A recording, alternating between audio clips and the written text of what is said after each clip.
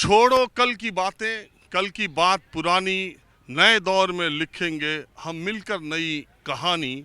हम हिंदुस्तानी, हम हिंदुस्तानी। बॉलीवुड का गाना तो आपने ये सुना ही होगा। आज भारत के संसदीय लोकतंत्र में एक नई कहानी, एक नई इबारत लिखी गई। आज का दिन ऐतिहासिक ही नहीं है, बल्कि हमेशा के लिए ये दिन जाना जाएगा। एक अमूल्य धरोहर हम छोड़ करके भी गए हैं। अब आप ये देखिए, ये जो संसद आप देख रहे हैं, 15 अगस्त 1947 की आधी रात को प्रधानमंत्री तब जवाहरलाल नेहरू ने आज़ादी के बाद पहला भाषण दिया था, और अब के प्रधानमंत्री नरेंद्र मोदी ने इस संसद भवन में अंतिम भाषण दिया। तो पहले से और अंतिम प्रधानमंत्री तक का गवाह रहा ये पुराना संसद भवन है, जिसको अंग्रेजों ने बनवाया था। एडवर्ड लुटियंस के जमाने इसके आर्किटेक्ट थे। और अब मैं आपको ले चलता हूँ ये नई संसद की तरफ, जब आज प्रधानमंत्री के साथ साथ तमाम राज्यसभा और लोकसभा के सांसद इस नई संसद में पहुंचे।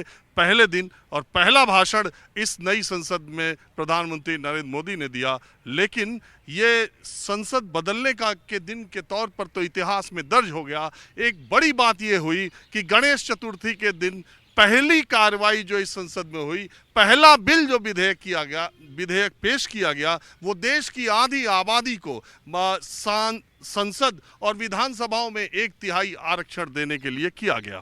लेकिन सवाल ये उठता है कि ये जो महिलाओं को आरक्षण है, वो 2029 के लोकसभा चुनाव से पहले नहीं मिलेगा। यानी राजस्थान, मध्य प्रदेश और छत्तीसगढ़ और तेलंगाना के जो विधानसभा चुनाव हो रहे हैं, उसमें महिलाओं के आरक्षण की तो दूर की बात है, 2024 के लोकसभा चुनाव भी महिला आरक्षण लागू नहीं होगा। तो सवाल ये उठता है कि नरेंद्र मोदी सरकार को इतनी जल्दी क्या थी, इतनी इमरजेंसी क्या थी, जो संसद का विशेष सत्र बुलाना पड़ा। अगर महिला आरक्षण बिल ही पास करना था और 2029 में ही लागू करना था, तो ये शीतकालीन सत्र में भी हो सकता था। लेकिन इसके पीछे राजनीति की कुछ वजह है। आम लोगों के बीच क्या चल रहा है, माहौल क्या है, मैं दिखाता हूँ, और जो राजनीति के पेच है वो भी बीच बीच में आपको बताता रहूँगा। तो चलिए अब ले चलता हूँ आम लोगों के पास, कनॉट प्लेस में। तो महिला आरक्षण विधेयक बिल लोकसभा में पास हो गया। सवाल ये उठने लगा कि जब 2029 में लागू होगा, दरअसल इसकी जो प्रक्रिया मैं बता दूँ, पहले बिल पास होने के बाद, चूंकि ये संविधान संशोधन है, अगर संसद और राज्यों की विधानसभाओं में 33% आरक्षण देना है, तो फिर ये संविधान संशोधन विधेयक है। उसको कहा भी गया है 128वां संविधान संशोधन विधेयक है। तो राज्यसभा और लोकसभा से पास होने के बाद ये कम से कम आधे राज्यों से एक ज्यादा, जिसको सिंपल मेजॉरिटी कहते हैं, वहाँ की विधानसभाओं से इसे पास होना चाहिए। मतलब ये कि 28 राज्य अभी हैं, तो 14 एक 15 राज्यों की विधानसभाओं से भी इसे पास होना चाहिए। इसमें वक्त लगेगा, और इसके बाद देश की जनसंख्या होगी, जनगणना होगी, जो 2021 में नहीं हो पाई थी कोरोना काल की वजह से।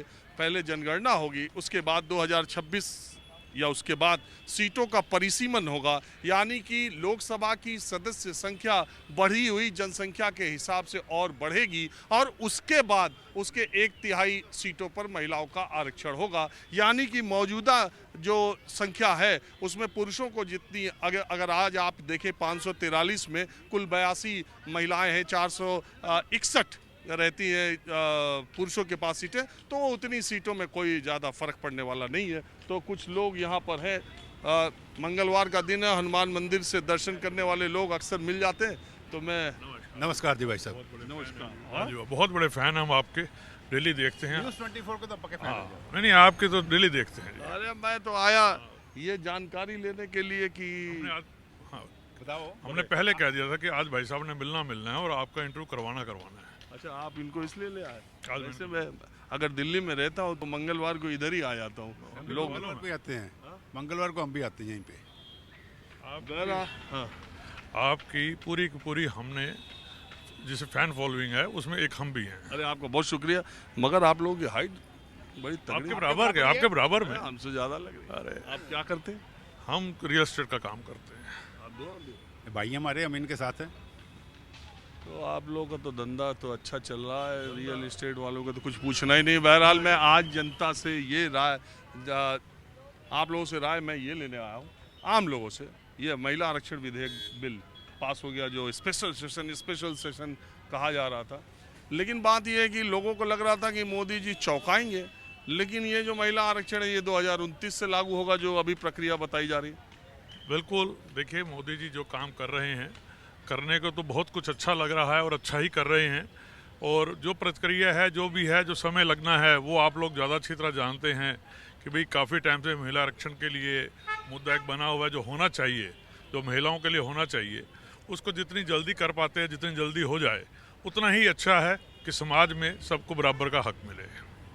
आप क्या मानते हैं? हम तो यही मानते हैं, 10 साल से बेवकूफ़ बन रहे हैं, और बन जाओ। कौन बना रहा? मोदी और कौन? अरे वो तो कह रहे थे कि कब से 1900 कहने से क्या होता है भाई साहब? अरे वो कह रहे थे 1900 कहने से क्या होता है? वो सच हो रहा कह रहे थे है। तो बेवकूफ़ बन रहे हैं, 10 साल से बन रहे हैं, और बनने के जिन्होंने बनने हैं।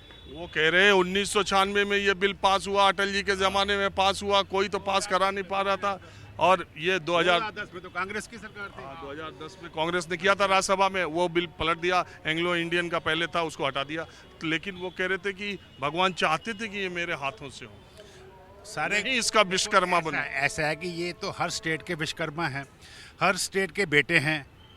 जहाँ चले जाओ, ये राजस्थान में पैदा हुए हैं, एमपी में भी पैदा हुए हैं, यूपी में भी पैदा हुए हैं, अरुणाचल में पैदा हुए हैं। कौन से गांव में ये पैदा नहीं हुए और कौन से गांव में इन्होंने काम नहीं किया? ये जमीनी आदमी है, हर जगह से उनका रिश्ता है। रिश्ता वही तो कहते हैं। एक तो रिश्ता है और एक रिश्ता जोड़ भी लेते हैं। नहीं, वही तो कह रहा हूँ, ये रिश्ता इनका हर जगह से है ना। इनके लिए कौन सा काम असंभव है? ये तो हर प्रांत के, हर स्टेट के बच्चे हैं।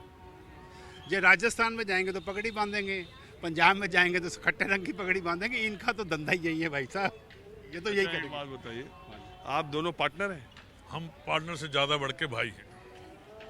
तो आपका विचार अलग, इनका विचार, धंधा कैसे चलेगा? नहीं, विचार देखिए अलग अलग होते हैं, बिल्कुल होने चाहिए।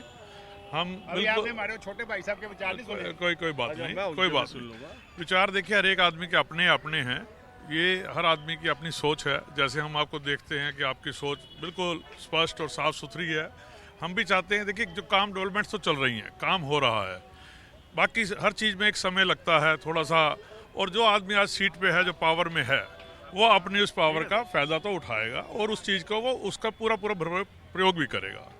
अब हम कहें कि जी नहीं उन्होंने नहीं किया या वो नहीं कर रहे, चाहे कोई सी भी सरकार रहे, काम तो सारे होने चाहिए पब्लिक हित में, और काम होना बहुत ज़रूरी है। चलिए ठीक है, तो कपूर साहब